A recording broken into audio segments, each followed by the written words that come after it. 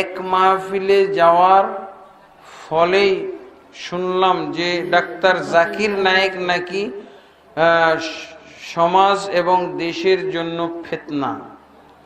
হ্যাঁ, এটা হয়তো আপনার দৃষ্টিতে ফিতনা, আল্লাহ রসুল সাল্লাল্লাহু আলাইহি ওয়াসাল্লামও তো কারোর দৃষ্টিতে ফিতনা ছিলেন, তাই না? আবু লাহাব, আবু জাহাল, উতবা, শাইবা, ওয়ালিদ বিন মুগীরা, তারা তো আল্লাহ রসুল সাল্লাল্লাহু আলাইহি সাল্লামকে ফিতনা মনে করেছিল। কারণ কি?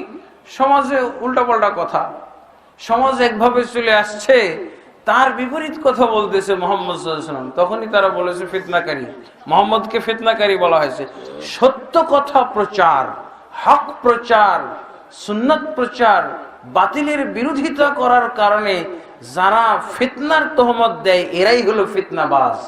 যারা হক কথা বলে তারা হক প্রচারকারী, যারা হকের বিরুদ্ধে অবস্থান নেয় এরাই হলো মূলত ফিতনাবাজ, ফিতনাকারী। জি, ডাক্তার জাকির নায়েক সাহেব যা করেন এটা মৌলবীদের চোখে তেমন পড়ে না। যারা জেনারেল শিক্ষিত তারা ঠিকই দেখতেছে। উনি কি করেন? হিন্দুদেরকে মুসলমান বানাইতেছে, ইহুদিকে মুসলমান বানাইতেছে, খ্রিস্টানকে মুসলমান বানাইতেছে, বেদাতিকে হেদাতি বানাইতেছে।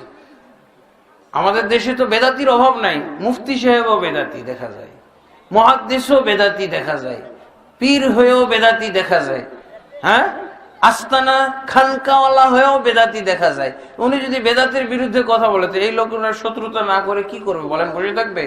এদের তো আরাম বিশ্রাম থাকার কথা না। তারপরে এই যে আপনারা বললেন এই যে মৃত ব্যক্তি কেন্দ্রিক যত বেদাত, এই প্রত্যেক বেদাতে ওরা ইনকাম করে থাকে। আর এই বেদাত যদি উনি উৎখাত করার জন্য দাওয়াত দিয়ে থাকে তাহলে এদের শত্রু হবে না উনি? এটা স্বাভাবিক কথা, এটা স্বাভাবিক কথা।